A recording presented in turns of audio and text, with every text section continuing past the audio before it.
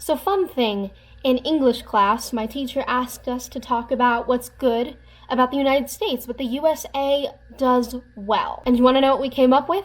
Bathrooms. That is literally it. Bathrooms and airport bathrooms, which are still bathrooms. So on that note, today's video. Hey everybody, my name is Maya. If you're new, welcome. If you're returning, welcome back to my channel. I hope you're doing well, staying safe. COVID cases are on the rise. Stay safe. Today's video is mostly going to be a catch-up video, and by a catch-up video, I want to talk about a little bit what I've been reading, what's going on in my life, and then I have some channel changes that I want to talk about briefly. Nothing too drastic, but something that I think will definitely help me stay on top of my creative processes and be really proud of what I put out on the internet. What I've been reading lately. I've continued on with A Storm of Swords by George R.R. Martin. Real good so far. Probably my least favorite in the series to this point, but still entertaining.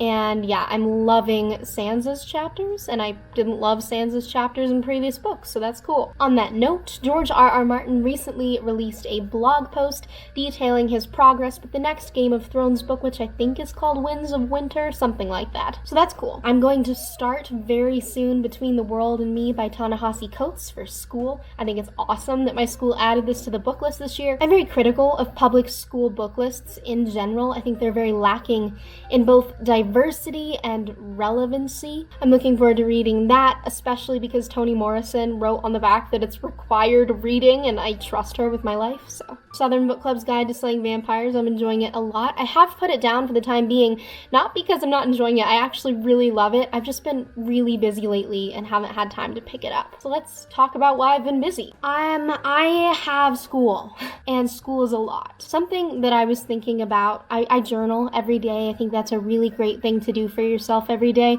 So I was journaling, I think it was the day before yesterday, and I was talking about school and YouTube and just everything I have going on. I have an audiobook due in like 13 days. No, that's not true. I have it due on the 1st of December. I'm editing a video for my friend's Girl Scout project. I'm editing virtual choir videos. I'm working on a docu-series.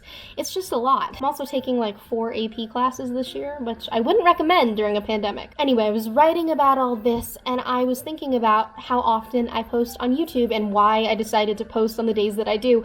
And to be completely honest, I modeled my YouTube schedule off of Murphy Napier, who is one of my very favorite booktubers of all time. She used to post every Tuesday, Thursday, Saturday, and Sunday, which I do.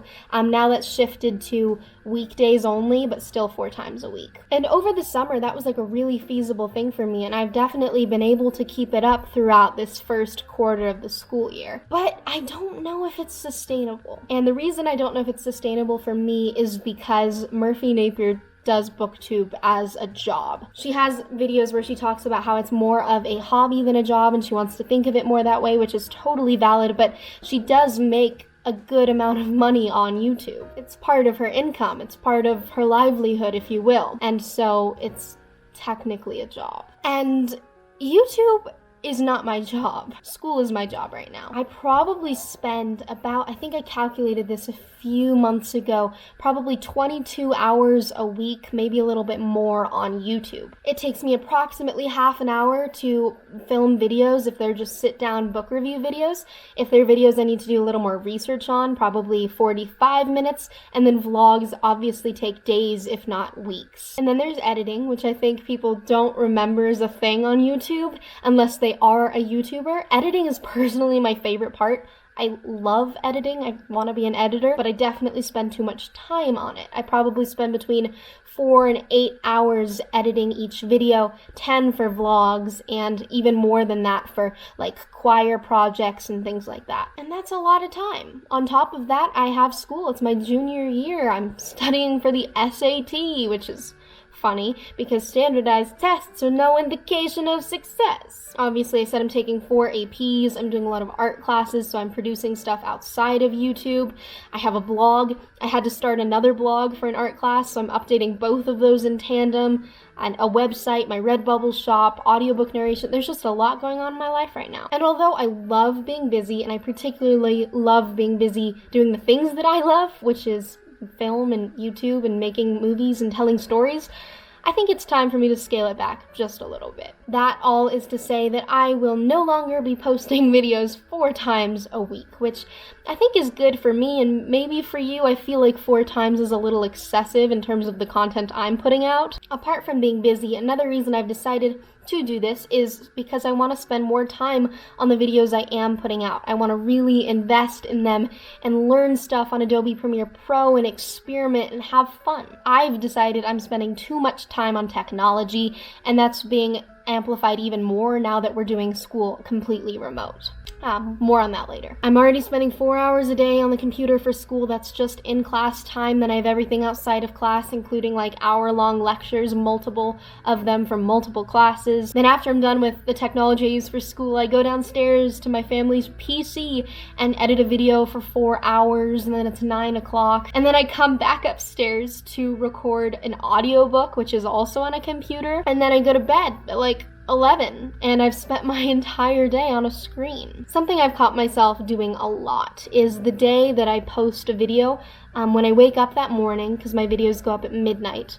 When I wake up, the first thing I'll do is get out of my bed and get on my Chromebook and go look at comments. And I love comments. I think it's so cool that I can interact with people and have discussions with people, and I genuinely do feel like I've made some awesome friends on YouTube. But I don't want to start my day off by finding validation from other people. I also have to credit, I think it's pronounced Jerome Lanier's book, 10 Arguments to Delete Your Social Media Right Now. This is the only social media I have, and I feel really happy with the way that that is, but I do also see that I'm using it excessively. I'm definitely addicted to some degree, and I'd like to scale that back. I'd like to take some actionable steps to make my life more fulfilling outside of screens. I forgot to say the biggest reason that I'm doing this, I haven't been reading. I've been so consumed with everything going on in my life, all my activities, all my educational stuff, all of YouTube, which I've been treating as a full-time job even though it's not,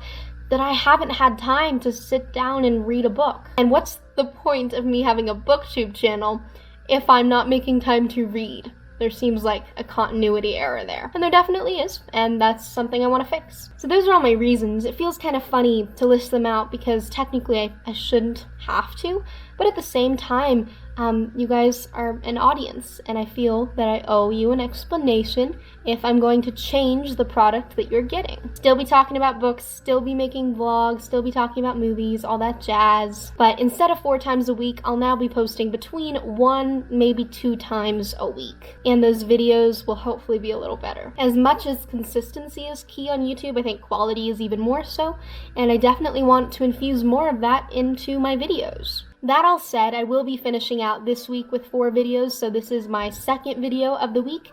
There will be a video on Saturday and on Sunday, but then next week, which I believe, I want to say, next week is the 16th. Yeah, that's right.